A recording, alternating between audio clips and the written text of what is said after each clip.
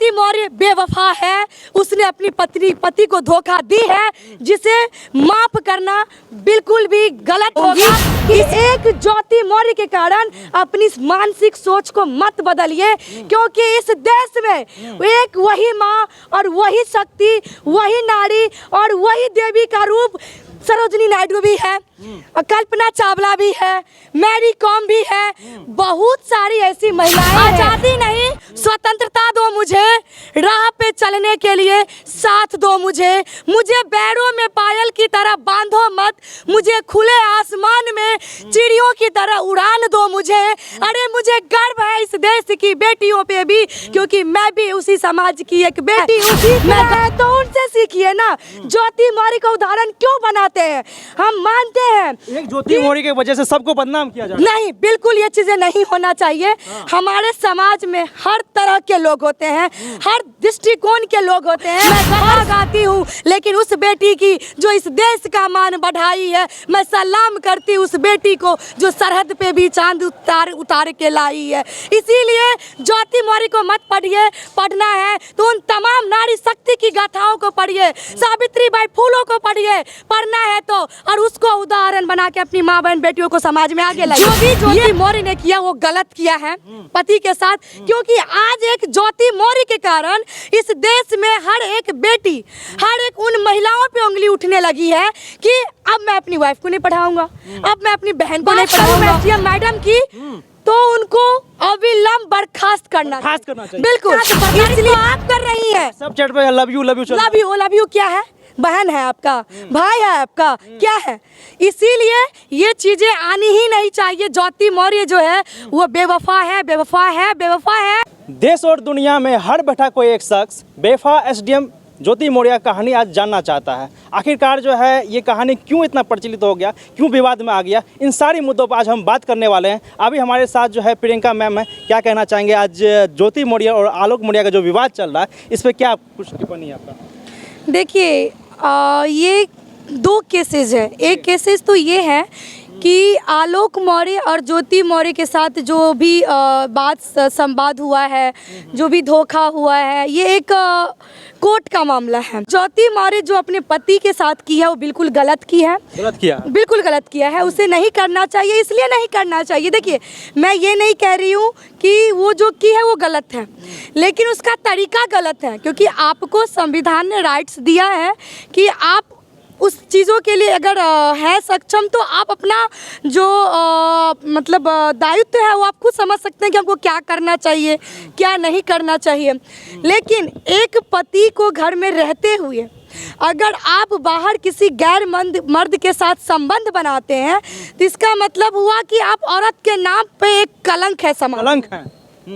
या अगर पुरुष घर में पत्नी को रहते हुए बाहर संबंध बनाता है तो इसका मतलब हुआ कि वो पुरुष के नाम पे समाज में बहुत बड़ा काला धब्बा है, चाहे कोई भी हो। लेकिन अभी हम बात करें तो ज्योति मौर्य की, जो बहुत ही बड़ा चर्चा का विषय है, और विषय बने भी क्यों नहीं कि पढ़ लिख करके गरिमामय पद पे बैठ करके, जिससे लोग उम्मीद ही नहीं कर सकती है कि इस तरह की घटना का अंजाम वो दे भी सकती है। एक पति जो 2009 में अपनी पत्नी से, उस लड़की से शादी करता है और उसको पढ़ा लिखा करके उसका सपना को अपना सपना समझ करके, उसका हाथ थाम करके उसकी सपना को साकार करने के लिए आगे बढ़ जाता है, उसके लिए सब कुछ करता है समाज में, लेकिन एक पत्नी को कभी झुकने नहीं देता है और उसको एसडीएम पद पे बैठाता। मैं ये नहीं कहती कि उसका पति एग्जाम दे के उसको बैठाया है, पढ़ी वो खुद है, लेकिन पढ़ने से पहले की जो संघर्ष है उसने वो पति किया है, और उस चीज़ों को वो भुला कैसे दी, उसकी स्ट्रगल को उसने इतना जल्दी कैसे भुला दी। हम लोग कहते हैं कि उसका पति ने उसको सोशल मीडिया पे ला करके उसको तार तार कर दिया उसकी इज्जत को, लेकिन मैं कहती है नहीं। क्यों? क्योंकि अगर यही एक पुरुष किया रहता तो सोशल मीडिया से लेके थाना से लेके सरकार तक जवाब देने के लिए रोड पे उतर जाते कि एक बेटी के साथ ऐसा हुआ, एक महिला के साथ ऐसा हुआ। लेकिन ये मुद्दा इसलिए अभी उतना तुल नहीं नेशनल न्यूज बन रहा है, क्यों? क्योंकि वो घटना एक लड़का के साथ हुआ है, उस धोखा किसको मिला? तो एक कर्मचारी, जो सफाई कर्मचारी अपनी पत्नी को पढ़ा लिखा के एसडीएम बना, उसके साथ धोखा हुआ है। तो लोग अभी मौका ढूंढ रहे हैं, लोगों को बात करने का जरिया मिल गया है। मैं बस इतना ही कहूँगी कि कानूनी प्रक्रिया के हिसाब से ज्योति मौर्य ने जो किया वो बिल्कुल गलत इसलिए किए हैं, उसने अपने पति को धोखा दी है, क्योंकि वो आंख बंद करके अपनी पत्नी पे विश्वास करके उसको आगे बढ़ाया था, लेकिन अपने पति को रहते हुए दूसरे गैर मर्द के साथ उसने संबंध बनाया, उससे चैटिंग किया, उससे बात की, तो वो गलत की है, उसने धोखा दिया अपने पति को। जो एक तरीके से अगर आप कानूनी प्रक्रिया की बात करें तो गलत नहीं है, 10 लोगों के साथ अफेयर चलाता है। कानून के दृष्टिकोण से अगर देखें तो कोई भी व्यक्ति जो है हर किसी के साथ रह सकता है, वो एडल्ट होकर रह सकता है, हो सकता है, लेकिन कानून ये भी नहीं कहता है कि आप अपने पति को घर में रख करके या पत्नी को घर में रख करके अगर आप बाहर संबंध बना रहे हैं तो वो राइट है। अगर आपको नहीं बन रहा है, तलाक ले लीजिए। अगर पत्नी को नहीं बन रहा है तो पत्नी तलाक ले ले, पति को नहीं बन रहा है तो पति तलाक ले ले। ये तो रहा एक कोर्ट का मामला, जो फैमिली कोर्ट में मुद्दा जानी चाहिए, बातें चलनी चाहिए की है, क्योंकि ना जाने वो कितनी लड़कियों की प्रेरणा बनी होगी, कितनी परिवारों की प्रेरणा बनी होगी। जब उस पोस्ट पे बैठी होगी तो ना जाने कितने परिवार वो सपना देखे होंगे अपनी बेटी अपनी बहू को लेकर के।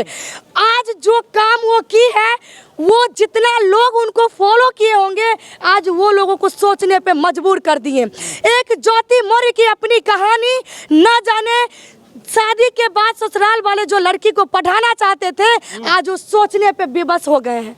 वो लोग आप सोच रहे हैं कि हम करें तो करें क्या, उनके पास कोई ऑप्शन नहीं बच रहा है, क्योंकि हम लोग उनको मौका दे दिए सोचने के लिए। लेकिन मैं उन्हीं तमाम लोगों को ये भी कहना चाहूँगी कि एक ज्योति मौर्य के कारण अपनी मानसिक सोच को मत बदलिए, क्योंकि इस देश में एक वही माँ और वही शक्ति, वही नारी और वही देवी का रूप सरोजिनी नायडू भी है, कल्पना चावला भी है, मैरी कॉम भी है, बहुत सारी ऐसी महिलाएं हैं जो हमारी देश का नाम रोशन की है, सरहद का नाम रोशन की है, एवरेस्ट के चोटी पे चढ़ी है। तो इन सभी से भी उन लोगों को सीखने की जरूरत है, ना कि एक ज्योति मौर्य की कहानी को अपनी घर की कहानी बनाना है। ज्योति मौर्य का उदाहरण क्यों बनाते हैं? हम मानते हैं एक ज्योति मौर्य की वजह से सबको बदनाम किया जाए, नहीं, बिल्कुल ये चीजें नहीं होना चाहिए।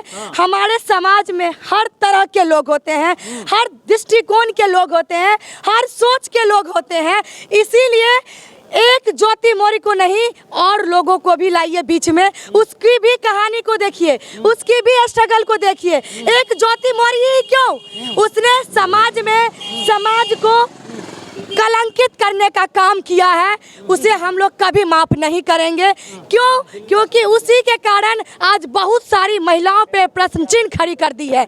इसीलिए ज्योति मौर्य बेवफा है, उसने अपनी पति को धोखा दी है, जिसे माफ करना बिल्कुल भी गलत होगा। मांग करती हूँ कि पुरुष आयोग भी आना चाहिए, आयोग भी होना चाहिए, बिल्कुल आना चाहिए। महिला आयोग है तो फिर पुरुष आयोग क्यों नहीं? पहले के समय में पुरुष प्रताड़ित करते थे महिला को, लेकिन अभी के समय कहते हैं कि महिला कमजोर होती है। नहीं, देखिए, महिला कमजोर होती नहीं है, महिला को कमजोर हम आप बनाते हैं। महिला कमजोर कहीं से नहीं होती, कहाँ से महिला कमजोर है? अब 9 महीना पेट में बच्चा को रख करके वो जन्म दे सकती है, एक दूसरी जिंदगी को जी सकती है, तो महिला कमजोर कहाँ से है? महिला कमजोर नहीं है, महिला को कमजोर हम और आप बनाते हैं, समाज ने बनाया। हम कहते हैं कि जब कोई चीज होता है तो बोलते हैं चलो सेटलमेंट करो, सेटलमेंट नहीं होना ही नहीं चाहिए। बिल्कुल, हम कहते हैं कि मुझे हमेशा से हम लोगों को स्वतंत्रता चाहिए, आज़ादी नहीं, स्वतंत्रता दो मुझे, राह पे चलने के लिए साथ दो मुझे बैरों में पायल की तरह बांधो मत, मुझे खुले आसमान में चिड़ियों की तरह उड़ान दो मुझे। अरे मुझे गर्व है इस देश की बेटियों पे भी, क्योंकि मैं भी उसी समाज की एक बेटी हूँ। मैं गाथा गाती हूँ, लेकिन उस बेटी की जो इस देश का मान बढ़ाई है, मैं सलाम करती सकती उस बेटी को जो सरहद पे भी चांद उतार के लाई है। इसीलिए ज्योति मौर्य को मत पढ़िए, पढ़ना है तो उन तमाम नारी शक्ति की गाथाओं को पढ़िए, सावित्रीबाई फूलों को पढ़िए, पढ़ना है तो, और उसको उदाहरण बना के अपनी माँ बहन बेटियों को समाज में आगे लाइए। ये तो रहा सवाल प्रेम प्रसंग का जो धोखा मिला। लेकिन अब मैं बात करूं तो एक एसडीएम पदाधिकारी उस ज्योति मौर्य पे कानूनी कार्रवाई होनी चाहिए, कानूनी कार्रवाई होना बिल्कुल होना चाहिए। कानूनी अच्छा, वो हो सकता है कि वो पति पत्नी में अनबन होता हो, आत्म सुख नहीं मिलता हो। देखिए अनबन हर घर में होती है और छोटा मोटा आपके या हमारे घर सबके घर में होती है। इस इतनी छोटी मोटी अनबन से इतना बड़ा तीर का तार नहीं बन सकता चाहिए। बिल्कुल। दूसरी बात, ये छोटी मोटी अनबन है नहीं, ये उनकी दिल की समझौता है। देखिए जब दिल टूटता है ना तो चीजें बाहर निकल के आती ही आती है। उसने स्ट्रगल किया है, अपने पत्नी के साथ आगे बढ़ा है, समाज का सब चीज वो झेला होगा अपनी पत्नी के लिए, तो भाई वो टूटा है, वो कहाँ जाएगा, किसको सुनाएगा अपनी व्यथा को? इसीलिए वो अपनी व्यथा को लाया। कहते हैं कि आलोक मौर्य को जो न्यायालय में जाना चाहिए, एफआईआर करना चाहिए, फोटो खींचना चाहिए जहाँ पे जो है ये लोग का एफआईआर चल रहा है। देखिए लोगों की कहने की काम है कहना, मेरा काम है करना। आलोक मौर्य को मैं सलाम करती हूँ। क्यों? क्योंकि हम कहते हैं, उन तमाम माँ बहन बेटियों को भी कहते हैं कि अगर आपके साथ इस तरह का चीजें होती है तो आप भी निकालिए उस चीजों को। क्यों? क्योंकि हमारे समाज में कहीं ना कहीं ये गंदगी फैल रही है, बिल्कुल फैल रही है। घर में पति को रहते हुए आप बाहर संबंध बना रही हैं और आप बोलिए हम प्रताड़ित हो रहे हैं। प्रताड़ित कहाँ से? प्रताड़ित तो आप कर रही हैं। सब चैट पे लव यू लव यू क्या है? बहन है आपका, भाई है आपका, क्या है?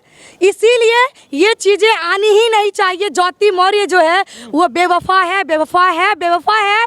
उस पे जो है सरकार को सोचना चाहिए। इसलिए मैं यही चीज कहना चाहती हूँ कि पुरुष आयोग आना चाहिए, क्योंकि जब महिला की बात सुनी जाती है तो पुरुष की भी बात सुननी चाहिए। इस देश में पुरुष भी अभी प्रताड़ित हो रहे हैं और तमाम ऐसे केसेस हमारे पास भी आए हैं जहाँ पे लड़का प्रताड़ित हुआ और सुसाइड भी किया है।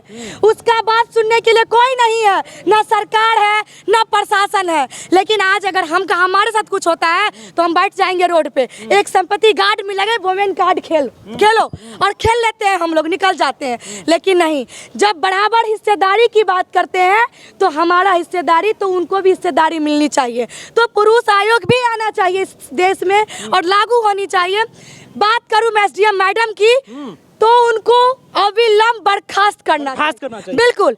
इसलिए नहीं कि उसने आलोक मौर्य को धोखा दिया है, इसलिए नहीं। वो तो भाई उसका लव ट्रायंगल का मामला है, फैमिली मामला है। आलोक मौर्य भी जो है उन पे जो गंभीर जो आरोप लगा रहे हैं वो भ्रष्टाचार में लिप्त है। जी, मैं यही बात करना चाहती हूँ कि उत्तर प्रदेश के सरकार, वहाँ के सीनियर पदाधिकारी और मैं प्रशासन से मांग करना चाहती हूँ कि ज्योति मौर्य की तमाम ऊपर जो आरोप लगी है, वो जो एविडेंस के साथ आलोक मौर्य दिखा रहे हैं, सत्यापित कर रहे हैं, जांच कमेटी भी बैठी है, मामला भी 2-3 दिन में वो निकल के आने वाला है।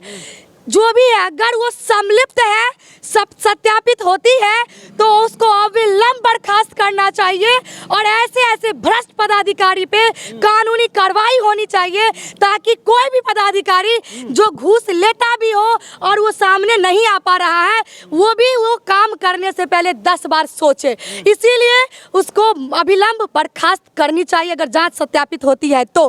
बेटी पढ़ाओ, पत्नियां नहीं पढ़ाओ। मैं उन लोगों को कहना चाहूँगी कि आपको शर्म आनी चाहिए कि आप उसी देश में रह रहे हैं जिस देश में सावित्रीबाई फूले थी, जिस देश में सरोजिनी नायडू थी, जिस देश में कल्पना चावला थी और ना जाने कितनी नारी शक्तियाँ थी। आप उसकी उदाहरण क्यों नहीं देते और एक ज्योति मौर्य को लेकर के महिला को टारगेट करते हैं? गलत। हाँ, मैं बोलूँगी, गलत करेगी तो मैं बोलूँगी उसने गलती की है। इसीलिए इस तरह की चीज़ों को रोकना चाहिए, समाज को भी रोकना चाहिए।